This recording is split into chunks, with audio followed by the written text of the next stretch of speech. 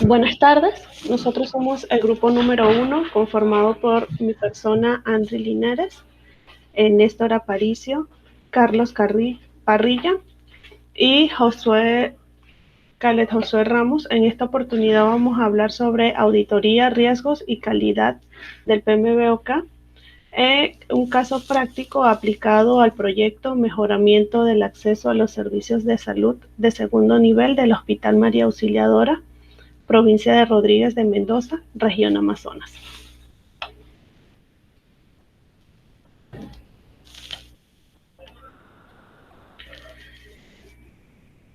Los objetivos de este trabajo corresponde a aplicar los conocimientos recibidos en el curso de gerencia de proyectos de la construcción en el proyecto Mejoramiento del acceso a los servicios de salud de segundo nivel del Hospital María Auxiliadora, provincia Rodríguez de Mendoza, región Amazonas. Como objetivos específicos nos hemos planteado identificar las incertidumbres en el contrato de obra y expediente técnico del proyecto, determinar, evaluar y mitigar los riesgos cualitativos y cuantitativos del proyecto, identificar las líneas bases del proyecto y aplicar conocimientos de gestión de calidad y costos de la calidad, identificar a los principales involucrados y determinar su poder, interés y expectativa influencia en el proyecto, y finalmente realizar el simulacro de una auditoría aplicando las normas ISO 9001-2015. Bueno, comencemos. Para desarrollar este trabajo, lo primero que hemos realizado es buscar información del proyecto. Entonces, como ya hemos mencionado, la obra corresponde al mejoramiento del acceso a los servicios de salud de segundo nivel del Hospital María Auxiliadora de la provincia Rodríguez de Mendoza, de la región Amazonas. Está ubicada en la región Amazonas, provincia Rodríguez de Mendoza, distrito San Nicolás, ciudad Rodríguez de Mendoza, específicamente en la avenida Girón Alvarado. La capacidad para la cual fue diseñado este hospital es cubrir una capacidad de 13 consultorios externos, 26 camas, una sala de quirófanos y una sala de partos. Y como objetivo tiene que es la construcción de una moderna y adecuada infraestructura y equipamiento de acuerdo con los servicios y requerimientos de un establecimiento de salud del nivel requerido, de forma que preste el servicio de atención general y específicamente neonatal y ginecobstetra a nivel macrorregional. Ahora, la situación actual del proyecto. Del contrato hemos conseguido la siguiente información. La entidad contratante es el Gobierno Regional de Amazonas.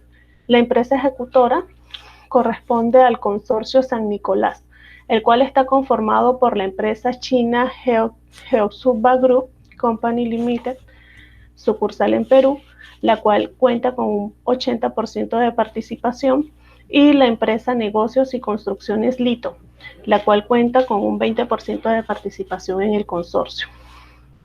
El alcance, como ya lo hemos mencionado, es la ejecución de la obra Mejoramiento del acceso a los servicios de salud de segundo nivel del Hospital María Auxiliadora de la provincia Rodríguez de Mendoza, el cual contiene especialidades de estructuras, arquitectura, señalización, instalaciones sanitarias, instalaciones eléctricas, instalaciones mecánicas, instalaciones de comunicaciones, equipamiento y seguridad. El plazo contractual es de 630 días calendarios y el monto es de 82.168.819,24 soles. La fecha en la cual fue firmado el contrato fue el 27 de agosto del 2020. Ahora, la situación actual de la ejecución del proyecto. Conocemos que la fecha de inicio de la obra fue el 23 de septiembre del 2020. Tenía como fecha de término el 14 de junio del 2022. Sin embargo, ocurrió una primera suspensión debido a las constantes precipitaciones que se vienen ocurriendo en la región de Rodríguez de Mendoza, lo cual han impedido continuar con los trabajos de movimiento de tierra. Por ello, se suspende el plazo desde el 15 de enero del 2021. La fecha de reinicio del plazo fue el 1 de junio del 2021, teniendo como nueva fecha de término el 29 de octubre del 2022. Ahora, de la última valorización, conocemos que corresponde a la número 6 del mes de junio, y en el cual a la fecha han valorizado las especialidades de estructuras y estudios de impacto ambiental, teniendo un porcentaje programado acumulado de 2.44 y un porcentaje ejecutado acumulado de 2.24. Como se puede evidenciar en la valorización número 6, se demuestra que solamente han valorizado lo que es la especialidad de estructuras y estudios de impacto ambiental. Siguiente. Y en la curva S podemos evidenciar de que han ejecutado un 2.44% versus lo programados que era un 2.24%, por lo cual se encuentran en una situación de adelantado. Ahora bien, en base a toda la información que hemos encontrado del proyecto, procedemos a realizar lo que es la gestión de riesgos, en el cual vamos a identificar las incertidumbres, vamos a evaluar los riesgos cualitativos y los riesgos cuantitativos del proyecto.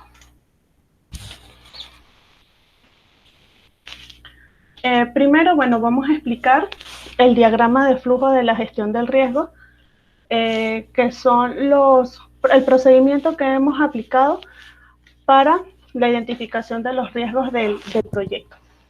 Entonces, primero, realizamos la identificación de las incertidumbres y riesgos, en el cual se determinaron a partir de los análisis del contrato y del expediente técnico.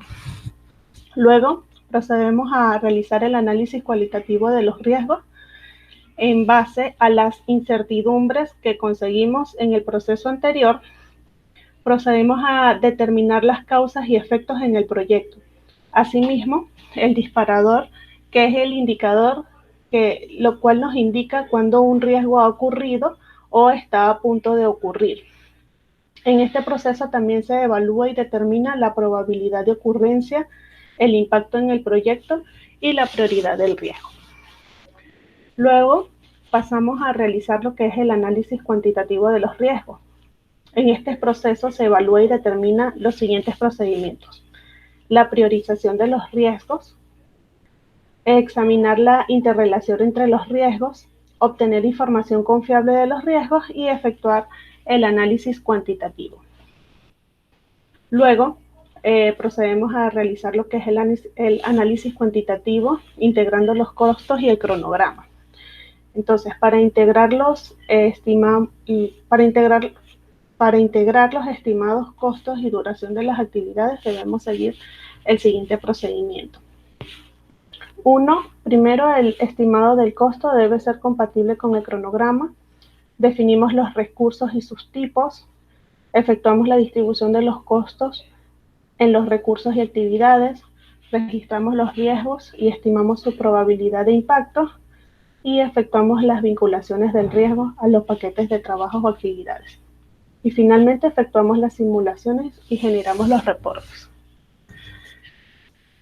Procedemos a realizar el plan de respuesta de los riesgos. En este proceso se seleccionan las estrategias y acciones para abordar la exposición al riesgo del proyecto, buscando minimizar las amenazas y maximizar las oportunidades. Como estrategia de respuesta a las amenazas y oportunidades, como amenazas podemos escalar, evitar, transferir, mitigar o aceptar. Y en las oportunidades podemos escalar, explotar, compartir, mejorar y aceptar. Y finalmente, realizamos lo que es la implementación y monitoreo. En este proceso se aseguran los recursos necesarios para poner en marcha los planes de respuesta a los riesgos. Asimismo, hacemos el seguimiento a los riesgos identificados, evaluamos la efectividad de la gestión de los riesgos y analizamos los nuevos riesgos para actualizar los planes de gestión de riesgos. Siguiente.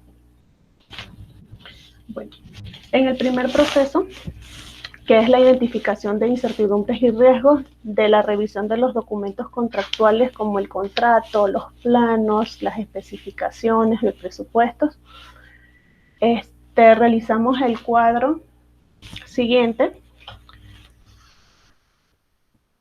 Realizamos el cuadro de incertidumbres, en el cual para este proyecto pudimos identificar 6, principalmente en la cláusula 20ª, que corresponde a otras penalidades encontradas en el contrato. Como incertidumbre número 1, tenemos impedimento para acceder al cuaderno de obra, en donde penalizarán al contratista o si su personal o el residente no permite el acceso al cuaderno de obra al inspector o supervisor,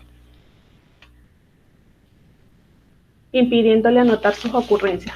En este caso, como observación, establecemos que se deben indicar los plazos para iniciar a cuantificar las penalidades. Como incertidumbre número 2, tenemos la calidad de la ejecución de la obra. Cuando el supervisor o inspector o coordinador observe un trabajo mal ejecutado, se aplicará una penalidad por ocurrencia y además dicha penalidad el contratista deberá corregir el trabajo sin costo alguno para la entidad. Consideramos que en este caso de que exista una mala ejecución de los trabajos, estos deben ser justificados y dar un plazo al contratista para la subsanación y ejecución de la forma correcta. Y en caso no levante las observaciones, se debe iniciar la contabilización de los días para aplicar las penalidades. Como incertidumbre 3, también conseguimos que en la subcontratación, ya que dice que van a penalizar por subcontratar parte de las prestaciones a su cargo sin la autorización escrita de la entidad, al margen de lo dispuesto en el artículo 147 del reglamento de la Ley de Contrataciones.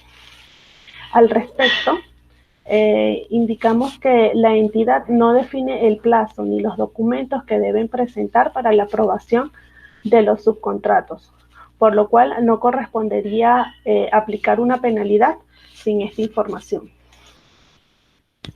Como incertidumbre número 4, tenemos la solicitud del cambio o retiro del personal.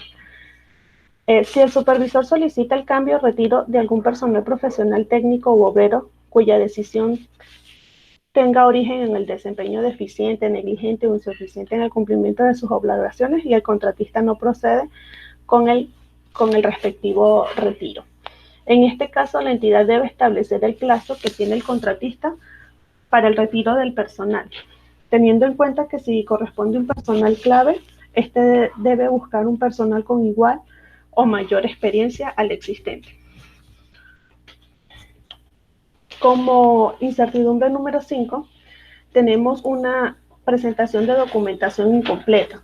Cuando el contratista presenta documentación incompleta al supervisor, tales como el informe de la valorización mensual, programación de obra o cualquier otro trámite que esté especificado en el reglamento, la aplicación de penalidad no exonerará al contratista de la subsanación, para lo cual tendrá 5 días hábiles. Al respecto, presentamos de que no correspondería la aplicación de penalidades reiterativas si existe documentación incompleta. Se debe establecer el plazo para la subsanación y para que se pueda iniciar la contabilizar los días para las penalidades. Y como última incertidumbre fue la que encontramos en el expediente técnico en la memoria descriptiva de arquitectura, en donde en el informe situacional indica que han tramitado ante las entidades prestadoras de servicios las factibilidades de servicios. Entonces se evidencia que aún no se cuenta con factibilidad de servicios de agua potable, desagüe, energía eléctrica y comunicaciones. Siguiente. Bueno, basados en la identificación de las incertidumbres, procedimos a realizar el análisis cualitativo de los riesgos, para el cual tenemos como primera causa que la entidad no define el plazo y los documentos que se deben presentar para la aprobación de los subcontratos. Como riesgo, identificamos que puede aplicar penalidad y que afecta en la ejecución del proyecto y al plazo. Y como efecto, podría generar ampliaciones de plazos al no tener definidos los procesos para la subcontratación. El disparador que nos va a dar la alerta de este riesgo es la demora en la contratación de subcontratos mayores a 3 días. Su probabilidad es de 0.9 y tenemos un impacto de 0.9, dando una respuesta de probabilidad de impacto alta de 0.81. Luego, tenemos también como segundo punto que aún no se cuentan con la factibilidad de servicios de agua potable, desagüe, energía eléctrica y comunicación. El riesgo es posible que no se tenga la factibilidad del proyecto y como efecto podría afectar con la ejecución del proyecto. El disparador es pasado 15 días desde el inicio de la ejecución de la obra y no se tenga la factibilidad de servicios. Su probabilidad es de 0.9, su impacto es de 0.9, dando un resultado de probabilidad de impacto de 0.81. También tenemos como tercera causa el desabastecimiento de materiales de construcción. Es posible que afecte la programación de la obra y como efecto podría generar atrasos en la ejecución de la obra. El disparador demora en la llegada de materiales mayores a 2 días. Se ha cuantificado con una probabilidad de 0.8, un impacto de 0.9, teniendo un resultado de 0.72, siendo una amenaza para el proyecto. Como cuarta causa, tenemos demoras en la absolución de consultas al expediente técnico. Este riesgo es posible que afecte el plazo de ejecución. Su efecto podría generar ampliaciones de plazos por causas no atribuibles al contratista. Y el disparador, demoras en la absolución de consultas mayores a 5 días. Como probabilidad, tenemos que es un 0.8, su impacto es 0.9, teniendo un resultado de probabilidad de impacto de 0.72, siendo esta una amenaza también. Luego tenemos la incompatibilidad del expediente técnico con el terreno. Es posible que afecte la programación de obra y su efecto podría generar ampliaciones de plazos por causas no atribuibles al contratista. Su disparador, más de 5 reportes de incompatibilidades del expediente técnico. Su probabilidad es alta, con un puntaje de 0.8 y su impacto alto también con un puntaje de 0.9, dando un resultado de 0.72. Como sexta causa, tenemos que no detalla el plazo a partir del cual será penalizado el contratista por no entregar el cuaderno de obra al supervisor. El riesgo es posible que se apliquen penalidades sin control de días. El efecto podría afectar económicamente al contratista. Su disparador, penalidades por no entregar el cuaderno de obras mayor a un día. Su probabilidad es de 0.7, su impacto de 0.9, teniendo un resultado de 0.63, un resultado de probabilidad de impacto moderado. Como séptimo, tenemos aplicar una penalidad por trabajo mal ejecutado y además de dicha penalidad, el contratista deberá corregir el trabajo sin costo alguno para la entidad. El riesgo puede afectar el equilibrio económico y plazos de la obra. El efecto podría afectar económicamente al contratista. El disparador, una ejecución de trabajos mal ejecutados mayores a 10.000 soles.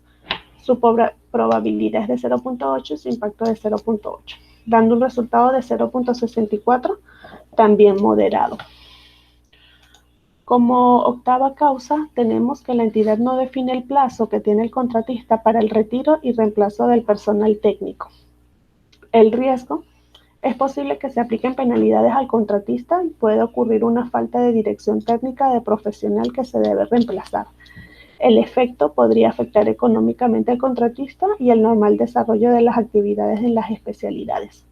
El disparador, un atraso de las partidas mayor a 1%, su probabilidad es de 0.7 y el impacto de 0.8, dando como resultado una de probabilidad de impacto moderada de 0.56.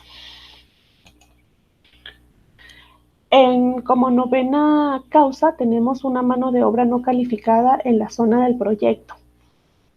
Este tiene como riesgo que es posible que afecte el rendimiento de las actividades y podría generar atrasos al proyecto. El disparador, un atraso de las partidas mayor a un 1%. La probabilidad es de 0.7, el impacto es de 0.8 y tenemos un resultado de probabilidad de impacto de 0.56 moderado. Finalmente, como décima causa, tenemos la aplicación de las penalidades reiterativas en caso de que falte algún documento contractual. El riesgo puede afectar el equilibrio económico y plazos de la obra y el efecto podría afectar económicamente al contratista. El disparador, penalidades por falta de documento contractual mayor a 10.000 soles. Su probabilidad es de 0.7 y su impacto es de 0.7, el cual es moderado. Todas las del análisis cualitativo, todas las que se han encontrado son amenazas. Siguiente. Ahora los dejo con mi compañero Néstor.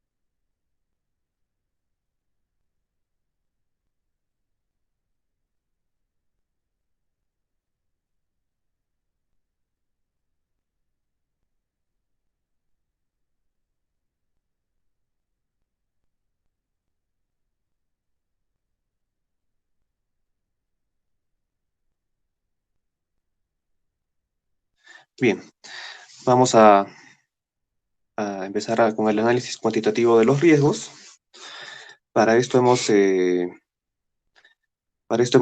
escogido 5 riesgos que los ha indicado mi compañera en la diapositiva anterior y se ha utilizado el software del Risky Project. Estos riesgos son aquellos que creemos que puedan afectar tanto económica y temporalmente a la obra y el contrato. Estos son la demora en la absolución de consultas al expediente técnico, el desabastecimiento de materiales de construcción. Es posible que no se tenga la factibilidad del proyecto, la incompatibilidad del expediente técnico con el proyecto y la mano de obra no calificada en la zona del proyecto. Vamos a iniciar con el primer riesgo, que es la demora en la absolución de consultas al expediente técnico.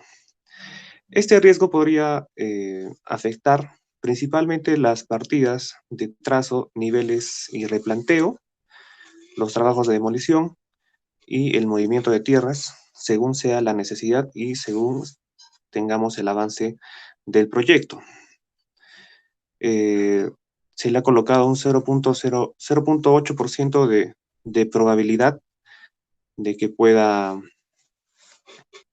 ocurrir, y para mitigar este riesgo se propone el seguimiento constante a la absolución de consultas, donde ya es parte del contrato de la obra la afectación al riesgo, y reiterar las causas de la no absolución de consultas, que es un trabajo netamente del contratista. Entonces, después del análisis, tenemos que la probabilidad es bastante baja, con apenas un 3.9% de que suceda. Sin embargo, el impacto podría ser considerable, llegando a un 8.9%. La mitigación del riesgo deberá de ser planteado. Asimismo, el correcto seguimiento ayudará a que pueda ser favorable sin que afecte las partidas vinculadas y que se han mencionado. Asimismo, las partidas que se mencionan son durante el periodo de ejecución y las causas de la no absolución de consultas. Como punto número 2, tenemos el desabastecimiento de materiales de construcción. Este riesgo, principalmente, sabemos que el monto fuerte de una obra está tanto en el acero como en las obras de concreto armado. Entonces, este desabastecimiento podría generar o podría poner en riesgo la ejecución de las partidas de solados de concreto, concreto ciclopio, cimientos encofrado y desencofrado. La probabilidad de que ocurra este riesgo es de 0.9%. Para esto, se plantea mitigar el riesgo como para iniciar con la identificación de los insumos que no se comercian a nivel nacional.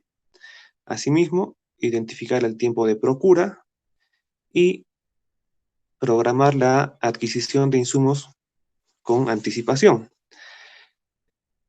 Esta última se le ha colocado un 50% de probabilidad, ya que si tenemos una adecuada programación o un calendario de recursos, de utilización de recursos, se puede prevenir el riesgo y se puede mitigar.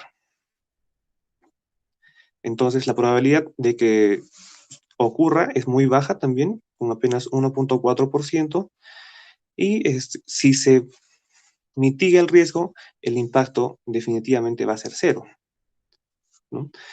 Tiene que aplicarse correctamente el riesgo y se deberá de identificar los insumos a comercializar, inclusive su adquisición.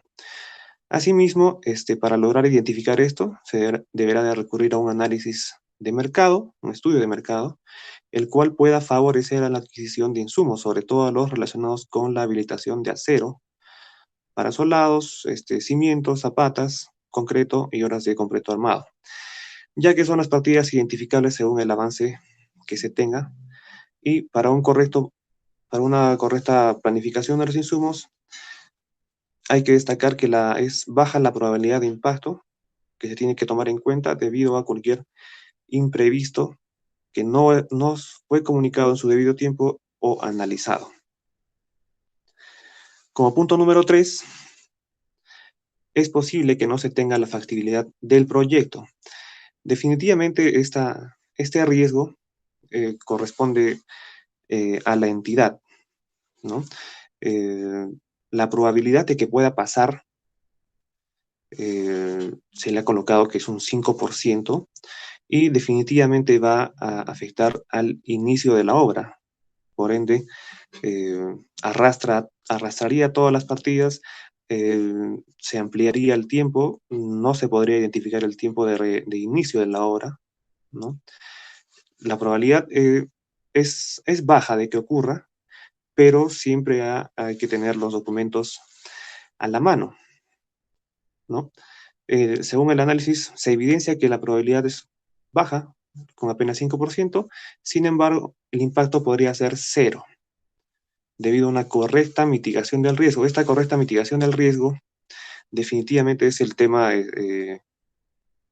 administrativo en la entidad, como ya se había mencionado. En caso de que no se dé, se vería afectado el completo de la obra, ya que no se inicia hasta el momento. Dicho procedimiento debe estar cumpliendo con los estudios y procesos para lograr la factibilidad y que asegure una correcta ejecución de la obra. Como punto número 4, hemos evaluado la incompatibilidad del expediente técnico con el terreno. En este caso, la probabilidad de que ocurra se ha incrementado y se han identificado las partidas que podrían verse afectadas.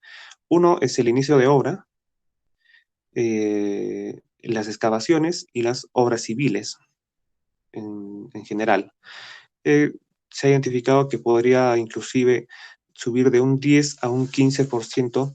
Este es un tema relativo debido a la absolución de consultas en cuando se necesite y cuando haya. Entonces, esta también este riesgo deberá de ser mitigado con la labor de informar a la entidad las diferencias o las deficiencias del expediente técnico a su debido momento y respetando los plazos. La probabilidad es el mismo, es el 5% que se le ha colocado. Asimismo, eh, el análisis evidencia que la probabilidad es alta, con un 24.3% de que suceda. Y en caso de que no se mitigue el riesgo, el impacto está por debajo del 50% con un 49.5%. Por lo general, esto pasa por muchas deficiencias con el expediente técnico, que podría llevar a un supuesto o encontrar vicios ocultos, los cuales no están cuantificados en el tiempo del proyecto, que son 630 días. Asimismo, deben de ser informados a la entidad en su debido momento. Indicados en la mitigación, los cuales son el inicio de obras, las obras civiles, las excavaciones y las partidas claves, las cuales podrían ver afectadas el plazo establecido. Asimismo, la no absolución de estas consultas podría traer y arrastrar muchas fallas al proyecto, tanto económica, de tiempo y de cumplimiento de metas. Se debe tener mucho cuidado en la presentación documentaria y que para su aprobación pueda cumplir con lo necesario para su inicio y absolución. Sin embargo, se identifican las partidas al inicio y durante la construcción de acuerdo a la envergadura y el tipo de trabajo que se venga desarrollando. Como quinto punto, tenemos la mano de obra no calificada en la zona del proyecto. Definitivamente, este riesgo puede ser la probabilidad de que ocurra se ha marcado con un 15%, porque nosotros al contratar mano de obra nos arriesgamos a que no se tenga el rendimiento adecuado conforme lo establece el jornal diario. Asimismo, para mitigar este riesgo, se han planteado dos puntos. Uno es la búsqueda de personal de la zona con un mes de anticipación. Se está indicando el tiempo. El impacto podría ser, la probabilidad es el 10% y el impacto puede ser muy alto a que pueda verse afectada la obra. Y asimismo, en caso de que no encontremos mano de obra calificada en la zona, tenemos que conseguir mano de obra en otro punto en otro lado. Entonces, el traslado de mano de obra calificada desde otros puntos, la probabilidad de que ocurra es más baja, por ende se indica que sí podríamos encontrar mano de obra calificada. Entonces, en el análisis evidenciamos que la probabilidad es baja con un 15% de que suceda. Sin embargo, nosotros al mitigar el riesgo, estamos bajando el impacto a un 0%, ¿no? Esto debido a una correcta aplicación. Asimismo, la búsqueda del personal de la zona con tiempo de anticipación se indica que es de un mes. Y la otra mitigación es el traslado de la mano de obra desde otras partes, siempre y cuando no se logre el punto anterior. Esta planificación deberá estar correctamente mapeada, ya que es responsabilidad del contratista prever el correcto avance de la obra, haciendo hincapié en el rendimiento de la mano de obra, amparado bajo los lineamientos y normativas. Entonces, se ha cuantificado el tiempo que cada riesgo podría haber afectado a la obra.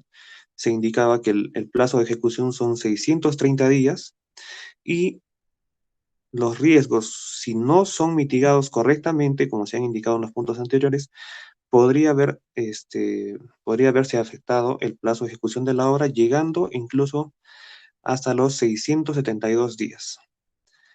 Esto indica que estamos viendo afectado el plazo de ejecución en más de un mes, solamente con el análisis de estos 5 riesgos que creemos como grupo son cuantificables en el tiempo.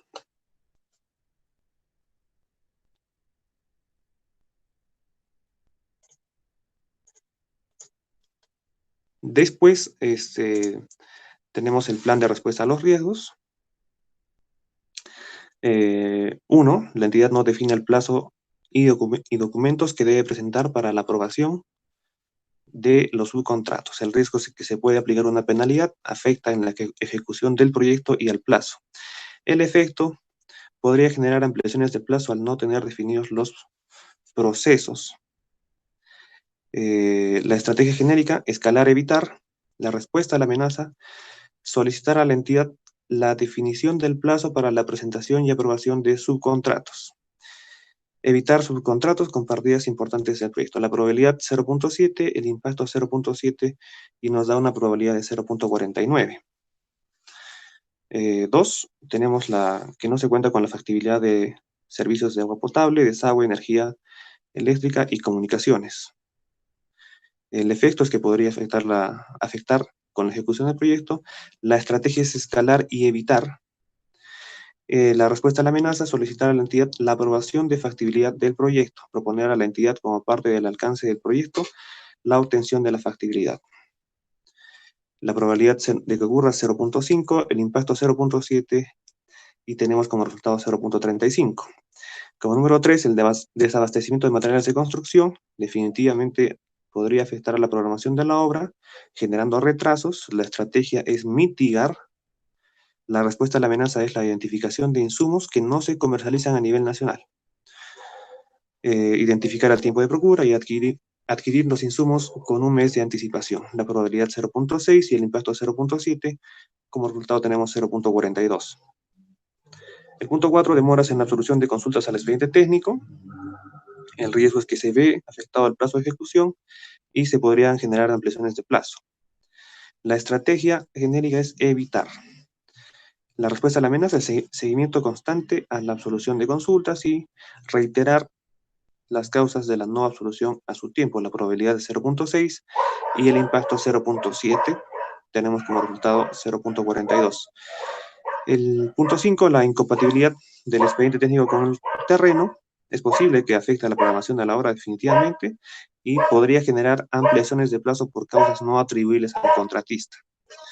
La estrategia es escalar y la respuesta a la amenaza, informar a la entidad las deficiencias con anticipación. La probabilidad 0.6 y el impacto 0.7 tenemos como resultado 0.42. En el punto 6 no se detalla el plazo el cual será penalizado el contratista por no entregar el cuaderno de obra al supervisor. El riesgo es que no se apliquen las penalidades. El efecto puede ser económico. La estrategia es aceptar. La respuesta a la amenaza, tener el cuaderno de obra al día. La probabilidad 0.3, el impacto 0.5 y la respuesta 0.15. La 7, aplicar una penalidad por trabajo mal ejecutado y además dicha penalidad el contratista deberá corregir el trabajo sin ningún costo alguno para la entidad. El riesgo es que puede afectar el equilibrio económico y plazos de la obra. El efecto podría afectar económicamente al contratista. La estrategia genérica es aceptar. La respuesta a la amenaza, realizar los trabajos según lo indicado en el expediente técnico y bajo las buenas prácticas constructivas, solicitando la aprobación de los protocolos por parte de la supervisión. La probabilidad 0.5, el impacto 0.3 y la probabilidad es 0.15 al final. Como punto 8, la entidad no define el plazo que tiene el contratista para el retiro y reemplazo del personal técnico. En caso se solicite, teniendo en cuenta que si corresponde el personal clave, se debe buscar un personal clave con igual o mayor experiencia al existente. El riesgo puede ser la aplicación de penalidades, el efecto se podría afectar económicamente al contratista y al desarrollo de las actividades de la especialidad. La estrategia es escalar y evitar.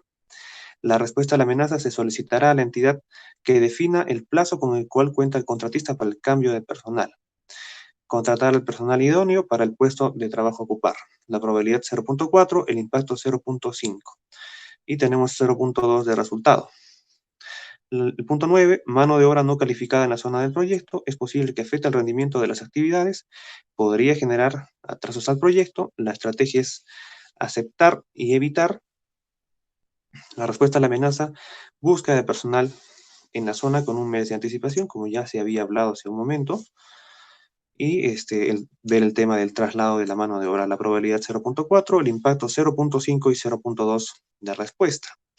Y como punto número 10, la aplicación de penalidades reiterativas en caso falle algún documento contractual. Esto puede ver afectado el equilibrio económico y los plazos de la obra. El efecto es que puede afectar económicamente al contratista. La estrategia genérica es escalar y evitar. La respuesta a la amenaza, solicitar a la entidad la modificación de las penalidades estableciendo los nuevos plazos. La probabilidad 0.4 y el impacto 0.4, 0.16 de respuesta. Entonces, en estos últimos dos cuadros hemos desarrollado las causas, el riesgo, el efecto, la estrategia y la respuesta a la amenaza, indicando sus probabilidades. Asimismo, como vimos en las diapositivas anteriores, se ve afectado el tiempo, haciendo el análisis de alguna de estas, las 5 que se han tomado, ya podríamos ver afectado el plazo de ejecución. Lo dejo con mi compañero.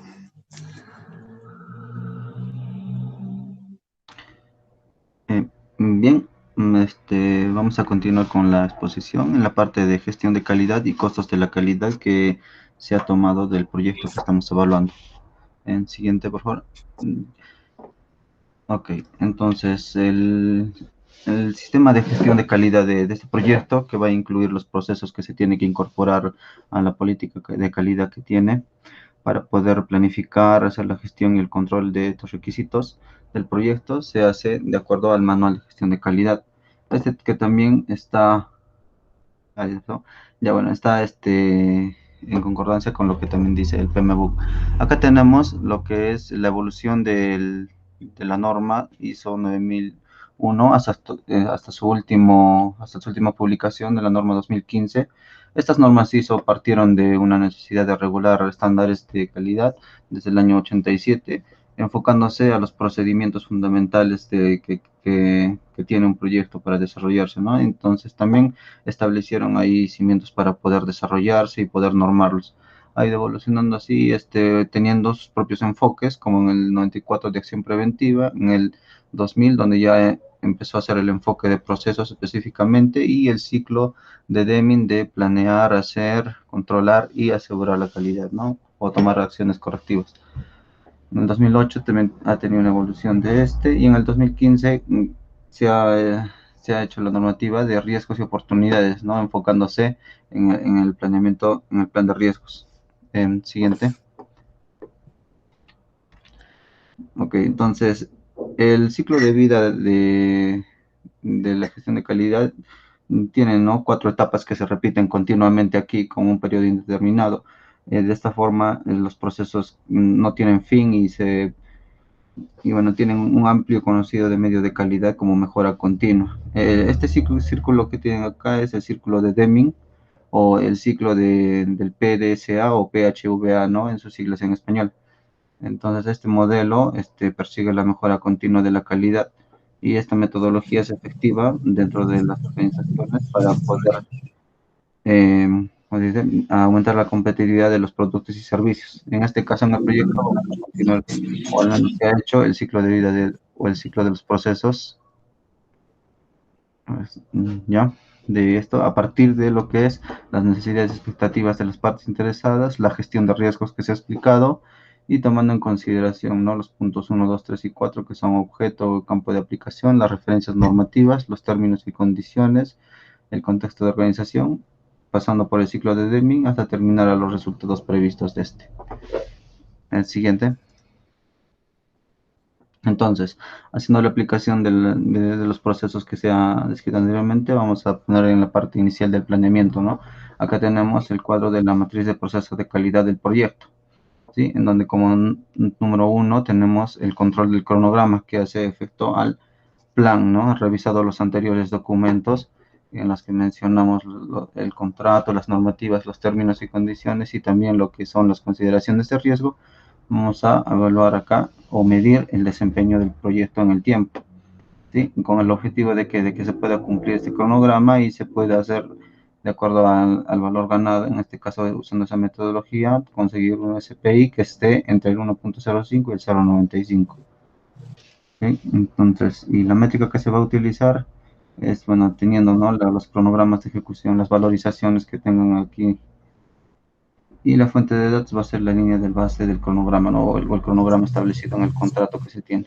Como punto 2 tenemos el control de los costos o del presupuesto, que va a tener también un desempeño del proyecto en costo, y también aplicando lo que es la metodología de valor ganado, para que se va a tener un objetivo de cumplimiento de costo asignado del proyecto con un valor CPI mayor o igual a 0,95. La medida que se va a utilizar es el CPI mismo, ¿no?, para poder dividir el costo actual entre el costo planificado o lo que lo que se haya programado. Ya la fuente de datos también es la línea base del costo, o en este caso el cronograma valorizado. Como punto 3 tenemos la parte de aseguramiento de la calidad, en donde lo que se va a medir aquí es la satisfacción del cliente, en este caso el gobierno regional. ¿Sí? Entonces el objetivo del proyecto es tener no conformidades, ¿no?, que las no conformidades sean igual a cero, o en este caso en lo que va el proyecto, lo que se vaya avanzando se disminuye a cero, haciendo las acciones correctivas necesarias. La medida de este, o la métrica que se sigue, va a ser el seguimiento del dossier de calidad que se va a presentar en cada valorización y que se va a ir haciendo las acciones correctivas. La fuente de datos acá, o en el sustento que vamos a tener para poder aplicar esto, va a ser las especificaciones técnicas en las cuales se han hecho en el contrato. Siguiente. Bien, entonces acá tenemos un cuadro ya desarrollado, también un siguiente cuadro que sería la matriz de procesos de calidad del producto, ¿no? Entonces, en este caso le decimos que va a ser el de la obra ya como tal, haciendo el análisis de quienes vienen aquí a participar. A ver, como punto número 1 tenemos la gestión de los interesados. Para este punto se ha hecho una relación de los interesados, que esto va más adelante, que también para este se le va a medir la satisfacción general, ¿no?, del municipio distrital de Tambo, en donde va a ser ejecutada el proyecto, ¿no? Entonces, el objetivo del proyecto va a ser el cumplimiento de la calidad del proyecto con las no conformidades que sean mínimo, nulas, cero, ¿no? Ya, la métrica que se estableció anteriormente era la satisfacción del cliente. Y la fuente de datos, en este caso, ya sería la encuesta a los clientes y hacer una tabulación de esos resultados. Como segundo punto tenemos el control de calidad, o en este caso hacer el, el plan de calidad, plan de gestión de calidad, en el que se va a medir, ¿no?, el nivel de calidad que se va a entregar en cada producto, o donde se va a establecer, ¿no? El objetivo del proyecto, entonces, en este caso sería la calidad en operaciones entregadas y la satisfacción al cliente.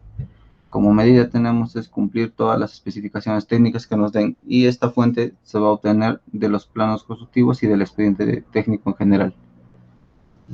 Como parte 3, el aseguramiento de la calidad o la supervisión de la calidad va a ser medida, o bueno, se va a medir de acuerdo a la compatibilidad con los planos, ¿no?, que se vaya ejecutando y que tenga la compatibilidad de cumpliendo las actividades que se tiene.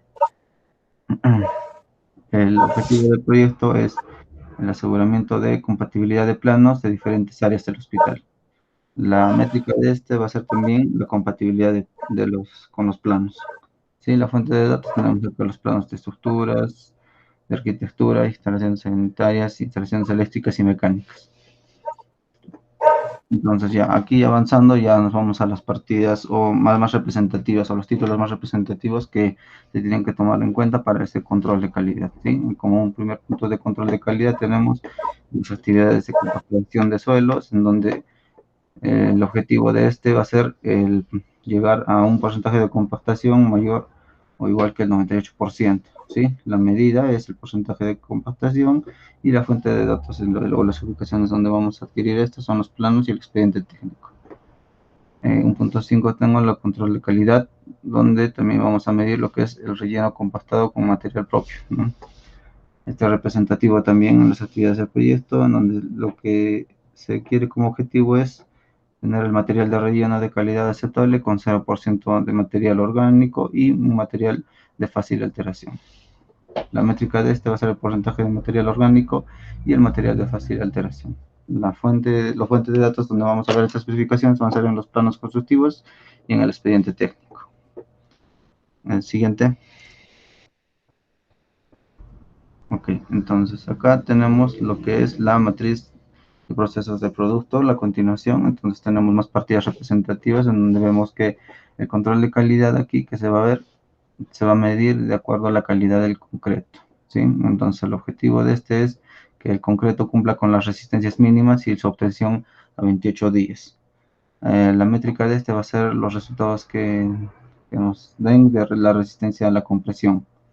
Y de la misma manera también la fuente de datos va a ser los planos constructivos y el expediente técnico.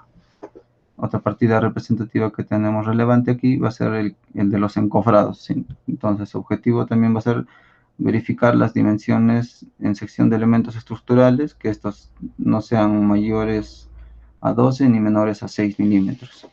La métrica de este va a ser la variación de esta dimensión que acabamos de decir. Y la fuente de datos, y en general también son los planos y el expediente técnico. Otra partida relevante que tenemos es la del sistema de aisladores sísmicos, que cumple con la normativa del Reglamento Nacional de Edificaciones, en donde pide que los hospitales o centros de salud contengan estos, ¿no? Entonces, por eso es que también vamos a tener un control de calidad específico para este, en donde el objetivo de este va a ser obtener la variación de las derivas de desplazamiento, y la métrica va a ser la variación de la deriva. La fuente de datos también está en el expediente técnico, ¿sí? Y en los planos de estructuras.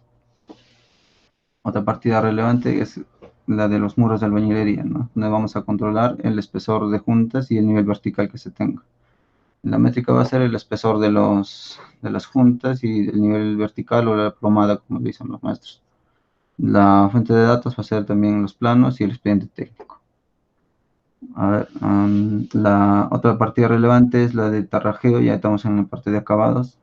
Esta ha sido considerada por su alto costo también que tiene, tratar general de muros y de cierre raso. Entonces el objetivo de este control va a ser el control de materiales y el espesor de cada acabado.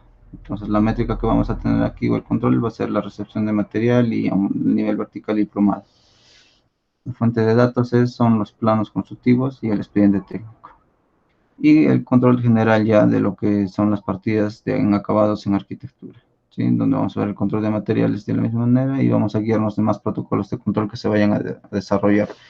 Estos han sido entonces los más relevantes, o por su alto costo o por su grado de importancia que tiene de acuerdo al proyecto.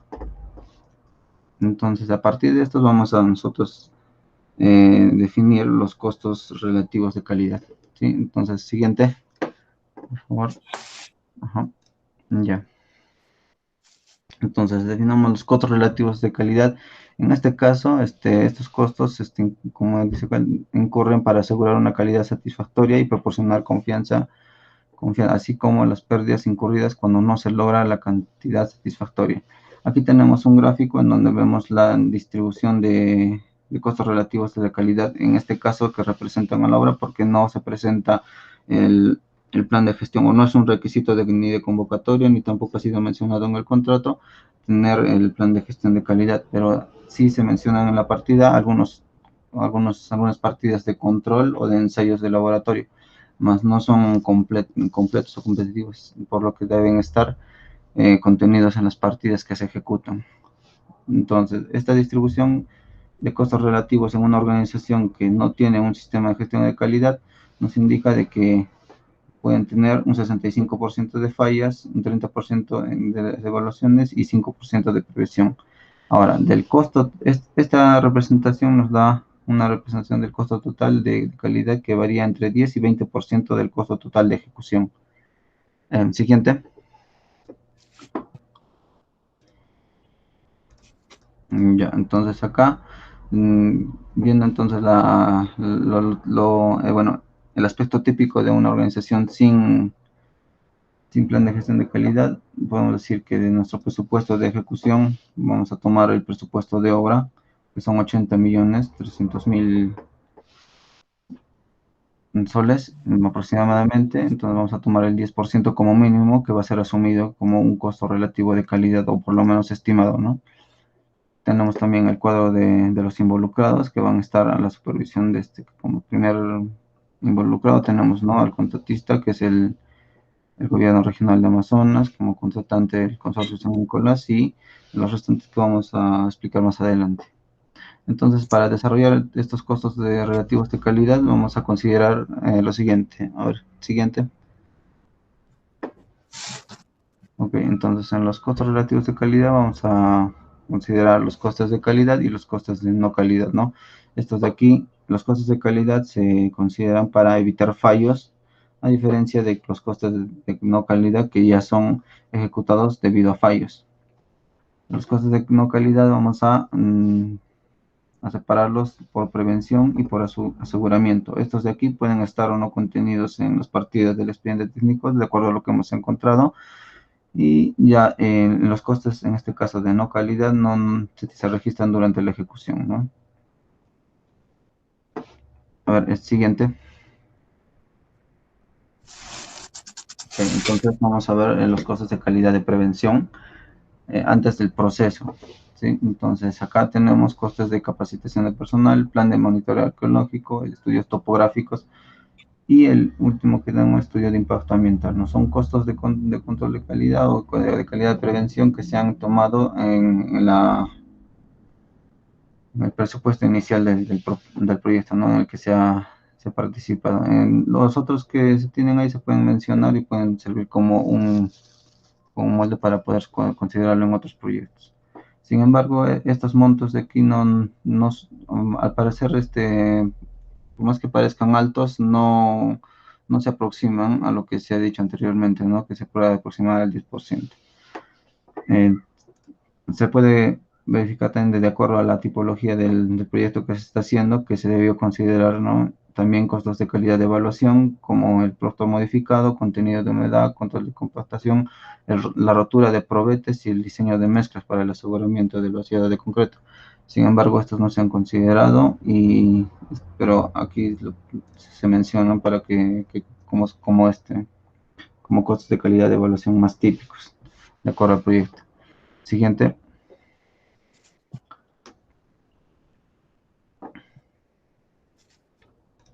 Ok, y luego tenemos los costos de no conformidad que se van haciendo de acuerdo al desarrollo de las partidas, ¿no? Entonces acá tenemos costos de fallas internas que pueden darse como en las pruebas de control de calidad, en el control de edificación del concreto, el control de excavación, en topografía, que ahora ya tenemos, ya que es más común, la prevención de los protocolos de COVID y evaluaciones de la pendiente, ¿no? de avance. Pero también tenemos los costos de fallas externas, donde vamos a ver la relación con los involucrados, ¿no? Reclamo de los usuarios, el mantenimiento y reparaciones de los equipos en máquina, las garantías y devoluciones de los financiamientos, costos directos y devoluciones que se tengan y otros costos de responsabilidad que asume el contratista. Entonces, estos costos de aquí serían los costos relativos a la calidad, su evaluación y la evaluación del porcentaje que se tenga van a venir de estos que se están considerando o aquellos que se vayan presentando durante la ejecución de obra. Y por último, como último, que puede ser un costo, al no tener un plan de gestión de calidad, puede tener un costo total, ¿no? De mínimo 10%, en este caso 8 millones que mencionábamos hace un momento. Es lo más probable que pueda suceder. Va a continuar mi compañera en la siguiente parte.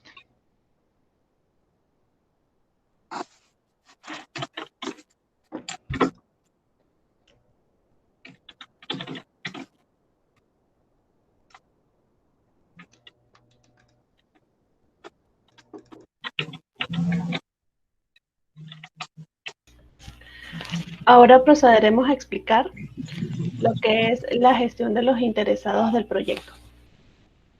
En esta oportunidad identificaremos los interesados, realizaremos el análisis de los interesados a través de la matriz poder-interés y la matriz influencia-expectativa. Realizaremos la evaluación del involucramiento de los interesados. Indicaremos cuáles son las estrategias de la gestión de los interesados y el monitoreo y seguimiento. Siguiente.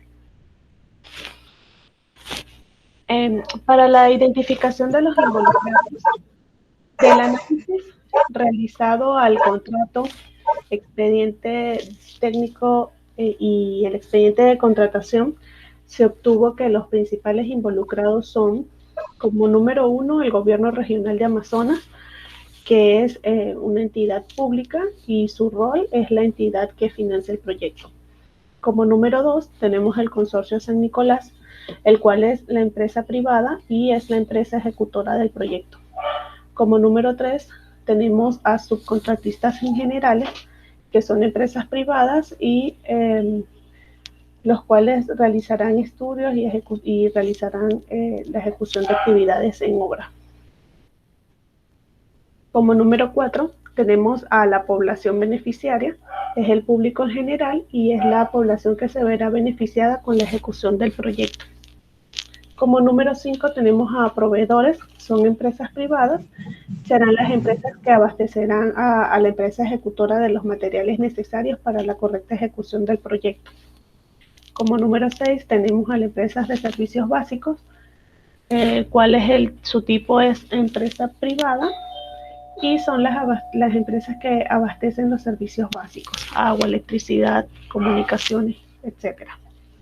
Como número 7 tenemos los vecinos de Rodríguez de Mendoza como público general y es la población aledaña al proyecto. Y finalmente como interesado número 8 son los medios de comunicación. Su tipo es de empresas privadas y son las empresas encargadas de informar a la población de los diferentes acontecimientos relevantes con imparcialidad y veracidad. Siguiente.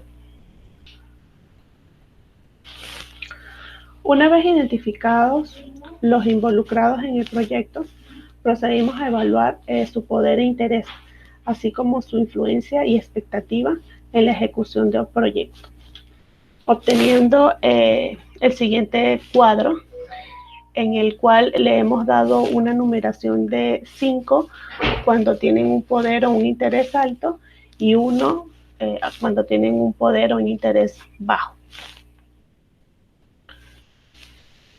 Y a partir de este cuadro, en donde al Gobierno Regional de Amazonas le hemos dado para realizar la matriz poder interés, le hemos dado como poder 5 y como interés 5 también. Y para su influencia y expectativa le hemos dado una numeración de influencia 5 y de expectativa 5. Al igual para el Consorcio San Nicolás, hemos identificado que su poder de participación en el proyecto es 4 y su interés es 5. En la matriz influencia y expectativa, hemos identificado también que su influencia para el proyecto es 4 y su expectativa 5. Para los subcontratistas en generales, hemos identificado que ellos tienen un poder de 3, en un rango de 3, y un interés en un rango de 4. Y para lo que es la matriz de influencia expectativa, se identificó que su influencia es 2 y su expectativa es 4. Y así le fuimos dando numeración a cada uno de los involucrados o de los interesados en el proyecto, para finalmente poder desarrollar las gráficas que se presentan a continuación. Siguiente. Para la matriz poder de interés, como se evidencia, tenemos que el Gobierno Regional de Amazonas se encuentra en el cuadrante de poder alto e interés alto, al igual que el Consorcio San Nicolás. Entonces, a estos interesados son los que debemos mantener con una relación estrecha y ejecutar medidas que permitan involucrarlos en las diferentes etapas del proyecto. Para los involucrados que quedaron en el poder bajo e interés bajo, los cuales son los medios de comunicación, estos involucrados que se encuentran en este cuadrante, bastará solamente con mantenerlos informados. Y es importante observarlos de forma continua para poder detectar si en algún momento dado puedan tener un cambio de actitud que puedan afectar el proyecto. Y para el cuadrante de poder bajo e interés bajo, es el grupo de involucrados. El grupo de involucrados que se encuentran en este cuadrante se les pueden considerar como aliados, Aunque no tienen el poder suficiente para poder abonar al proyecto, sí podrían apoyar en comentarios y retroalimentación sobre algo que consideren prioritario de atender para el mejor desarrollo del proyecto, ¿no? En este cuadrante hemos identificado a los subcontratistas, a las empresas de servicios básicos, a los vecinos de Rodríguez de Mendoza, a la población beneficiaria y a los diferentes proveedores. Siguiente.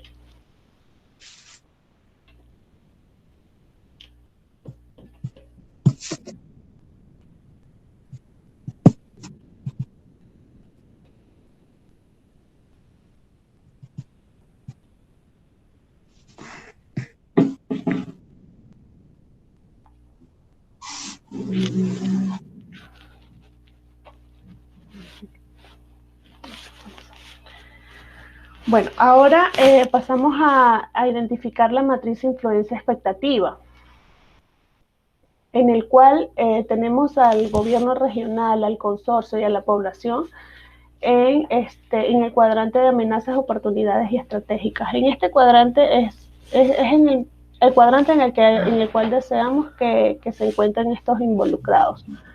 Ya, a los que debemos mejorar las expectativas, en este caso es a los medios de comunicación que se encuentran en el cuadrante de influencia bajo y expectativa baja. Siguiente.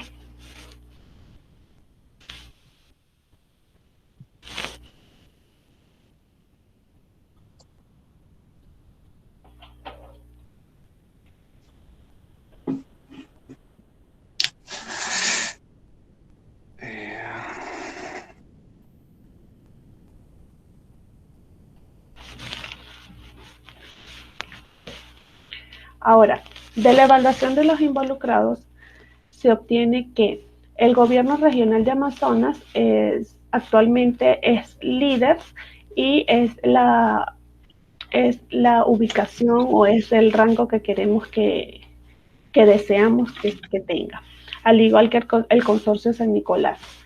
Podemos ver en el siguiente cuadro que es líder, actualmente es líder y es en el cuadrante que deseamos que se encuentre. Para los subcontratistas en general, actualmente se encuentran en una posición neutral y deseamos que se encuentren en una posición de apoyo, para lo cual debemos aplicar estrategias. Para la población beneficiaria, actualmente se encuentran en una posición neutral y deseamos que se encuentren en esta posición. Para los proveedores y empresas de servicios básicos, se encuentran en una posición neutral y deseamos que sean que tengan una posición de apoyo, para el cual vamos también a aplicar algunas estrategias. Para los vecinos de Rodríguez de Mendoza, ellos se encuentran en una posición de reticente y deseamos que se encuentren en una posición de apoyo.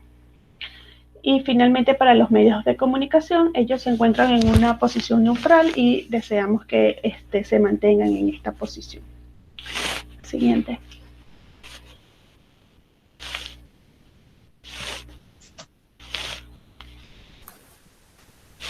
Bueno, continuando con la anterior.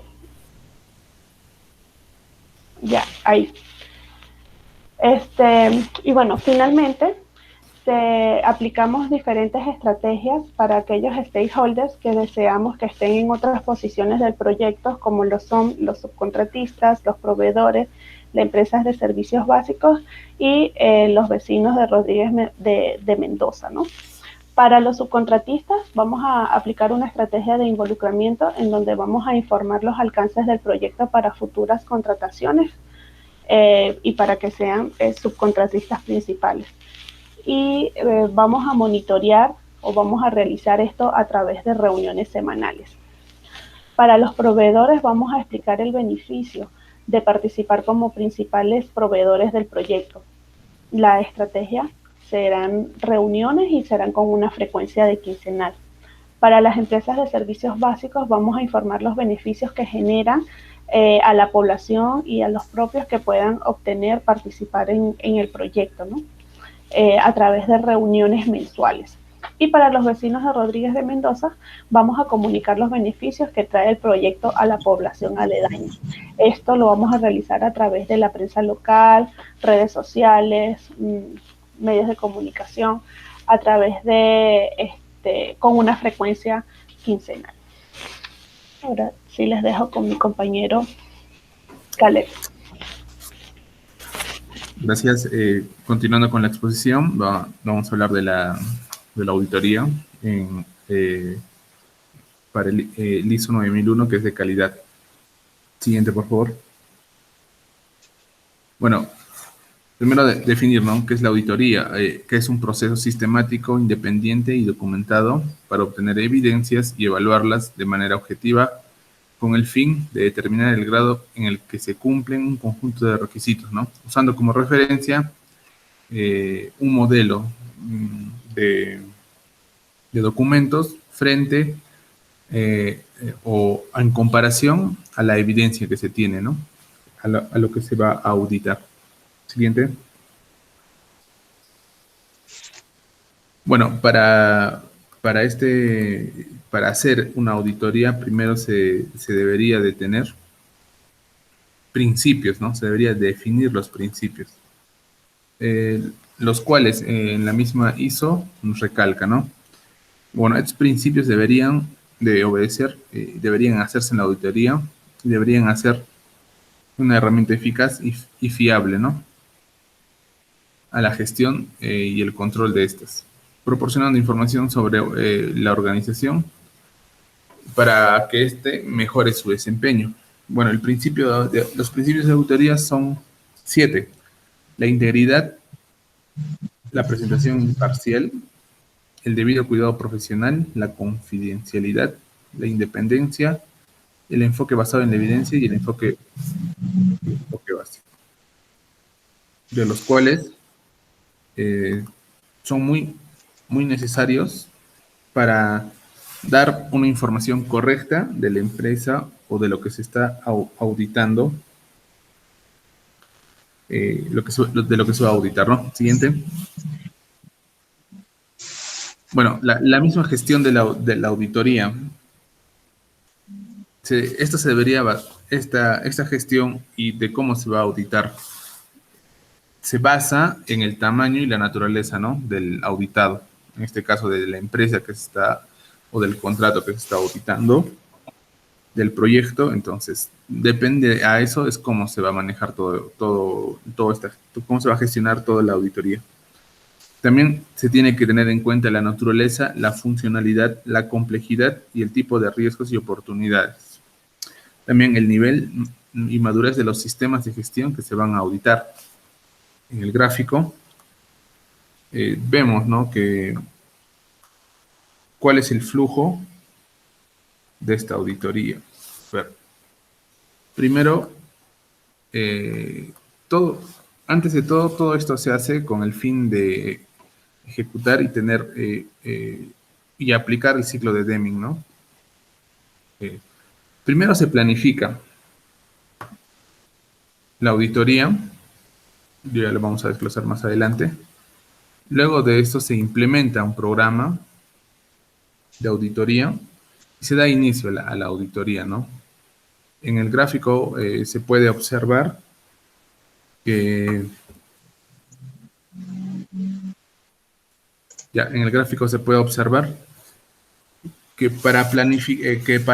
al establecer y al determinar lo que se va a auditar, las evaluaciones que se va a hacer, se le compara o se le pone en el ciclo de Deming en la parte de planificar. Ahora, al momento de implementar ya un programa de auditoría, ya es donde entra en la parte de hacer, ¿no? Bueno, y ya cuando ya se está haciendo la auditoría, se realizan los informes y al final se hace una finalización de la auditoría donde se verifica los documentos auditados y de tal manera se hace un seguimiento, ¿no?, para hacer una mejora continua donde después del seguimiento se llega a la conclusión de revisar, mejorar estas falencias que se tienen durante el tiempo que han estado operando de esa forma, para luego justificar y volver a planificar otra auditoría consiguiente, ¿no? Entonces, todo esto obedece al ciclo de Deming. Siguiente, por favor. Ya. ¿Cómo se realiza una auditoría? Este es los pasos básicos para iniciar una auditoría en términos generales. Se establece el contacto con el auditado y se determina la viabilidad de la auditoría, del por qué se está haciendo. Bueno, luego se preparan las actividades que se va a hacer en la auditoría. Se realiza la revisión de la información, se planifica la auditoría, se asignan las tareas de qué se va a auditar y quiénes lo van a hacer. Se prepara la información documentada para la auditoría. Y luego se realizan las actividades mismas de la auditoría, donde se recopila, se genera y se determina información, verificación, hallazgos, conclusiones de cómo es que se está manejando la empresa, el proyecto, o qué es lo que le falta, y qué es lo que tienen, ¿no?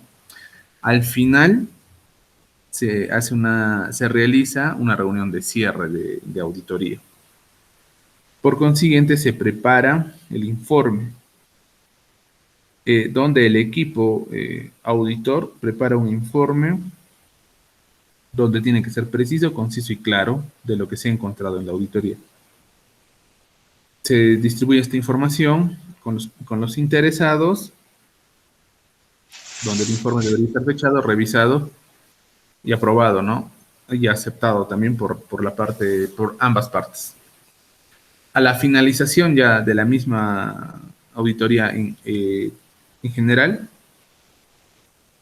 acá nos da una condición, no se autoriza y finaliza cuando se haya realizado todas las actividades de la auditoría planificadas, que es el paso 2. O si se ha acordado otro modo, eso ya de acuerdo con la otra parte, ¿no? Con la parte auditada. La información documentada perteneciente a la auditoría deberá conservarse o eliminarse de común acuerdo entre sus participantes, de acuerdo al programa de auditoría y a los requisitos aplicables. Ahora, si es que no se quiere mejorar o si es que tal vez no es relevante, se puede eliminar, ¿no? Las observaciones y bueno, si es que es una auditoría interna o una auditoría contratada, se puede hacer eso, pero si es que es una auditoría del Estado y se tienen multas y penalidades, entonces se conserva la evidencia y se hace una mejora, ¿no? Dependiendo de los objetivos de la auditoría, se indica las necesidades, las correcciones, las acciones correctivas y las oportunidades de mejora, ¿no? Todas estas acciones tienen un intervalo de tiempo y estas mismas deberán verificarse si se ha realizado y su eficiencia, ¿no? de la realización de estas acciones correctivas. La verificación también puede ser parte de una auditoría. Todo este plan de auditoría obedece al ciclo de Deming. Y acá hemos descrito cómo es que se puede hacer una auditoría, ¿no? Claro, siempre viendo la naturaleza del proyecto. Siguiente, por favor. Ya listo. Bueno, la realización de una auditoría. Ya hemos descrito los pasos, pero prácticamente una auditoría tiene este esquema, ¿no? Que es que de una fuente de información se recopila mediante un muestreo lo que se quiere auditar. Esa recopilación es una evidencia y esta evidencia se evalúa, ¿no? Frente a los criterios, en este caso el de la ISO 9001. Ahora, una comparación de los hallazgos de lo que se ha auditado, se hace una revisión de estos y se compara y ahí se tiene un resultado. Este resultado es la conclusión de la auditoría y por ende se tiene, ¿no? una mejora continua porque se encuentra tal vez que algo está mal o algo están poniendo de más o de menos. Entonces, a eso es lo que se acata una auditoría, ¿no? En términos de calidad. Vemos acá un método de evaluación según la ISO, que es la 19011. Son los métodos, o uno de los métodos que se puede utilizar, donde se hace una revisión de registros, una retroalimentación, una entrevista, una observación, un examen y luego una revisión de la auditoría. Bueno, puede ser, por ejemplo, acá dan el análisis de registros de educación, formación laboral, credenciales, ¿no? Se puede pedir eso. ¿Cómo lo retroalimentamos? Teniendo encuestas, cuestionarios, referencias personales, recomendaciones o quejas, ¿no? De por qué el personal ha estado desempleado o cualquier evidencia que se necesite. Luego, por consiguiente, después de tener eso, se hace una entrevista, propiamente la misma entrevista personal, se hace una observación, un juego de roles, un examen oral, escrito de exámenes técnicos o si es para un rol donde se requiere estos tipos de exámenes, de la misma forma, un examen psicotécnico y también se puede utilizar exámenes psicológicos. Y al final, una revisión del informe, donde ya se da una conclusión, ¿no? Como una entrevista personal para un trabajo. De la misma manera se puede hacer una relación a cómo es una auditoría. Siguiente, por favor. Bueno, hablando ya del mismo proyecto, se hizo una auditoría con los documentos que hemos encontrado, que tenemos, el expediente y el contrato, de los cuales se tuvo una conclusión, ¿no? El programa auditoría se dividió en siete pasos, donde se da objetivos de calidad del proyecto y objetivos de calidad aplicables al proyecto, objetivos también de tiempo, de costo, de calidad, lo que es de la 9001, también de riesgo y objetivos de integridad del proyecto, donde los objetivos aplicables al proyecto, en la mayoría de estos se cumplía con lo que la ISO 9001 pide. Ya. Bueno, ya, eso es en los... No. Así hay, por favor, gracias. Ya, son el alcance del proyecto. Y en el alcance del proyecto, donde se encontró la evidencia que no se ha definido o no es claro en la definición, ¿no? del alcance, pero sí tiene sus supuestos, ¿no? Sus enunciados y también cómo medirse los logros, ¿no? Cómo medir el alcance. Pero, por ejemplo, no se ha encontrado o no se ha evidenciado en la auditoría que hemos tenido un desarrollo de un EDT, ¿no? Y por ende tampoco se ha obtenido un diccionario EDT. Y también es otro punto que nos pide es que el EDT y el diccionario estén aprobados, ¿no? De lo cual tampoco se ha obtenido evidencia. Ahora, pasando al tiempo del proyecto, en todo aspecto se cumple, o por lo menos con los requisitos mínimos que se tienen, ¿no? De acuerdo a la ISO 9001. De la misma forma con el costo, pero también como falencia, ¿no? No se dispone de un EDT validado por el cliente. Es uno de los requisitos que no cumple en lo auditado con los documentos que hemos obtenido. Ahora, en cuanto a la calidad, también tiene requisitos, ¿no? Alcances del cronograma o de cómo se puede controlar y probar esto, la calidad. En el contrato nos indica que sí hay parte de eso. En lo que no se ha encontrado mucho son la parte de riesgos. en cuanto a los ítems de riesgos, el jefe o donde cuando se ha hecho el contrato, y en los documentos que hemos encontrado, no se identifican las causas o incertidumbres, ¿no?, que podrían generar riesgos, o por lo menos no lo tienen claro, ¿no? Y tampoco lo tienen claro cómo se podría solucionar estos. También no hay una probabilidad de matriz impacto donde se prioriza, ¿no? Cuál es la probabilidad o el impacto de estos mismos. Por consiguiente, el proyecto también no muestra evidencias o de lo que haya pasado, ¿no? O lo que le haya afectado alguna probabilidad negativa al proyecto, ¿no? Y esto se evidencia también por el plazo, ¿no?, que se les ha dado por la paralización que han tenido. Y por último, la integridad aplicada, ¿no?